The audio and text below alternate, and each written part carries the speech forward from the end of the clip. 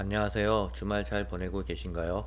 벌써 4월이 시작되었고요. 시간이 진짜 빨리 가는 것 같습니다.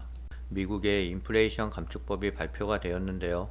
우리나라가 큰 호재를 받은 것 같이 기사가 나오고 있어요. 한편에서는 우리나라 2차 전지 산업이 호재가 될 거라고 얘기하고 있고요. 다른 한편에서는 조금 느슨해진 법안으로 중국 2차 전지의 호재가 될 거라고 얘기하고 있어요. 하지만 저의 생각은 미국만 호재일 것 같습니다. 핵심 내용은 전기차 보조금은 완성차한테 주는 거지 배터리 업체한테 주는 게 아니에요. 결국은 미국과 중국 무역 전쟁에서 승자는 없을 것 같아요. 구독, 좋아요 부탁드립니다.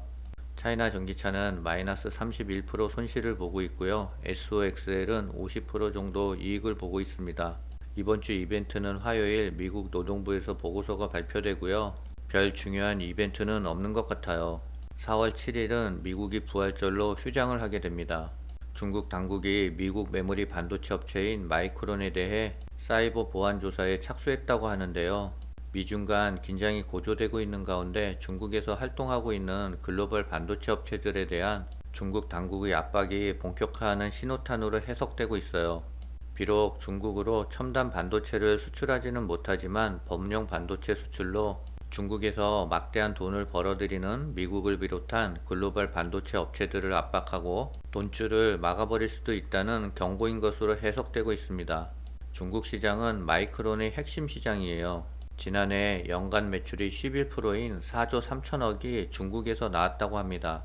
미국 인플레이션 감축법 세부 규정 변화에 중국 배터리도 미국에 진출할 여지가 생겼다는데요. 미국 재무부가 지난해 말 발표한 백서를 보면 배터리에 들어가는 광물이 50% 이상, 즉 부가가치 기준으로 미국 또는 미국 FTA 체결국에서 생산하면 세액 공제를 받을 수 있고요. 중국을 우려 국가로 규정하고 배터리 공급망에서 완전히 배제하려던 미국 전략이 후퇴한 셈이라고 해요.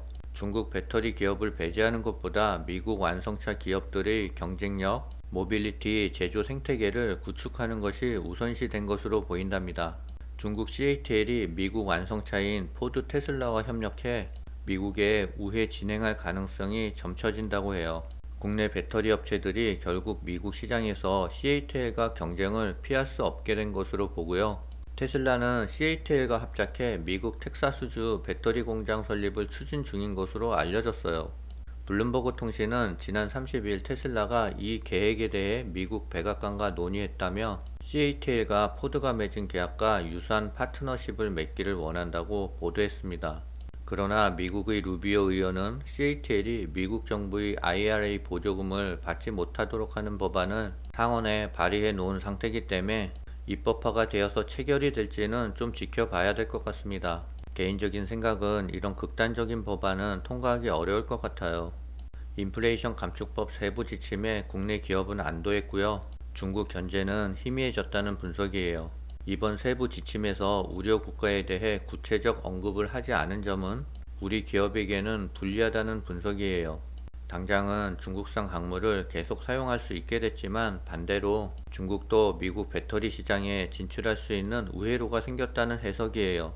업계 관계자는 국내 배터리 3사가 미국 현지에서 제조하는 생산량을 기준으로 단순 계산 시 연간 조 단위 보조금을 수령할 수 있을 것이라면서도 중국 CATL이 IRA 우회를 통해 미국에 진출하는 사항이 현실화된다면 결국 기술력으로 승부를 볼 수밖에 없다라고 말하고 있습니다. 그러나 이번 세부 지침에 따라 다른 브랜드의 전기차들도 세액 공제 혜택에서 제외될 것으로 보며 오히려 국내 완성차 업체에게는 공정한 경쟁 환경이 주어질 것이라고 보고 있어요. 미국의 인플레이션 감축법 세부 지침에 대해 간략하게 요약을 했는데요. 이번에 발표한 보조금은 우리나라 돈으로 약 1,000만원 가까이 돼요. 2차 전지 핵심 광물인 리튬, 니켈, 망간, 흑연, 코발트 등에 대해 우려국에 대한 의존도를 2024년 50%, 2025년 60%, 2026년은 70%, 2027년은 80%, 2029년까지 100%입니다. 물론 부가가치 기준은 포함된 수치입니다. 우리나라 현재 2차 전지에 대한 광물 의존도는 황산 코발트가 100%, 산화 리튬이 99.7%, 수산화 니켈이 99.4%, 흑연이 93.6%, 코발트가 89.6%나 차지하고 있어요. 미국이 발표한 인플레이션 감축법에 대한 우리나라에 직면한 문제점이 많은데요. 그 문제점들을 제 나름대로 정리를 해봤어요. 첫 번째로는 중국의 광물 수출 제한이 우려가 되고요. 두 번째는 핵심 광물이 중국이 아닌 FTA 동맹국 호주, 캐나다에서 온다면 비용이 증가하게 돼서 배터리 가격이 상승하게 돼요. 물론 개발 기간도 과다하게 소요됩니다. 또한 생산 공정 라인도 교체해 비용이 또 가중되고요. 세계 최대 시장인 중국을 포기해야 하는 리스크도 따라요. 여기서 핵심은 배터리는 자동차가 아니라 부품이에요. 결국 완성차가 구매해 줘야 합니다. 또한 미국의 보조금 1,000만원보다 중국 배터리 가격이 더 저렴하다면 이것 또한 문제가 될 거예요. 또 하나의 문제점은 우리나라 현대 기아 자동차가 미국 현지에서 조립을 해야 전기차 보조금을 받을 수 있는데요. 미국은 현재 완전 고용 상태예요. 그래서 생산 인력을 구하기가 하늘의 별 따기일 거예요. 물론 높은 인건비를 주면 오겠지만 그것 또한 원가에 부담이 됩니다. 그리고 미국의 보조금은 영원한 게 아니에요. 언제 끊어질지도 모릅니다.